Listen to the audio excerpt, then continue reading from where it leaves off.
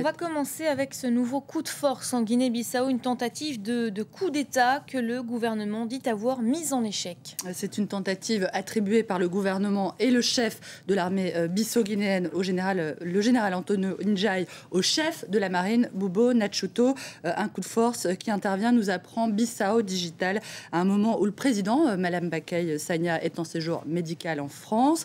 Et surtout, d'après le site, tout ça arrive 10 jours après l'atterrissage dans le pays d'un avion suspecté de transporter de la drogue.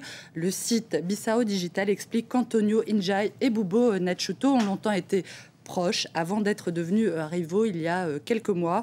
Les deux hommes qui se renvoient aujourd'hui mutuellement la responsabilité du trafic de drogue dans le pays. Bref, la Guinée-Bissau pourrait être en train de vivre un nouveau règlement de compte entre militaires sur fond de trafic de drogue. Un scénario identique à celui qui a traversé le pays en mars 2009, lorsque le chef d'état-major des armées Tagmenawai, puis le président Nino Vieira, avaient été assassinés à quelques heures d'intervalle, un double assassinat dont les auteurs n'ont d'ailleurs jamais été identifiés. Elisabeth, la Guinée-Bissau ou la malédiction de Nino, c'est évoqué ce matin également sur le site guinée-conakry.info, qui rappelle que le pays est l'une des plaques tournantes du narcotrafic dans la région et qui conclut que la gestion évanescente, c'est un euphémisme, du pouvoir a des conséquences morbides sur l'avenir de la Guinée-Bissau. La Guinée-Bissau, depuis longtemps un pays exsangue.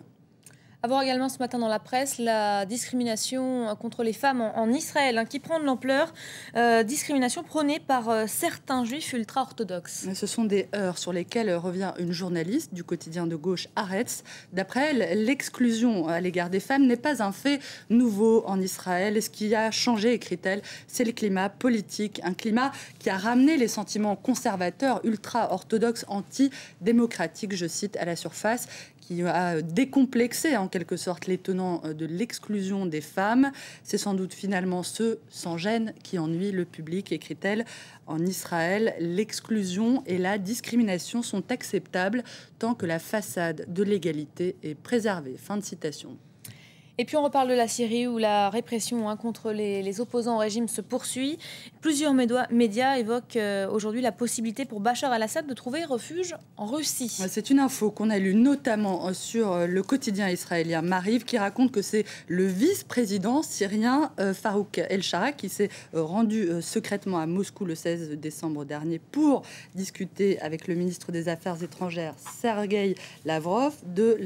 C'est lui qui a discuté de tout ça avec le ministre des Affaires étrangères russe. C'est lui qui a évoqué la possibilité pour le président syrien de trouver refuge en Russie.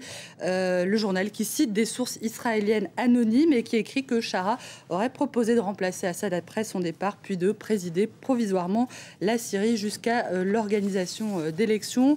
C'est une visite qui a été confirmée par le Kremlin, qui n'a toutefois donné aucun détail sur la teneur de ces conversations.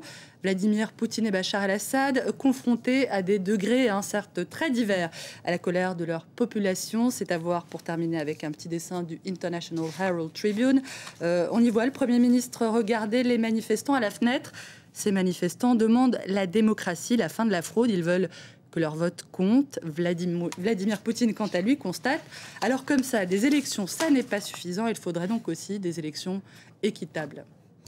À voir également ce matin les portraits de jeunes rappeurs somaliens persécutés par les Shebab, donc en Somalie, des chanteurs qui ont fini par trouver refuge au Kenya. C'est une histoire qui nous est racontée par The Guardian, les récits poignants de jeunes gens accusés par les intégristes de propager un message anti-djihad, je cite, d'empêcher leurs auditeurs de se livrer au djihad.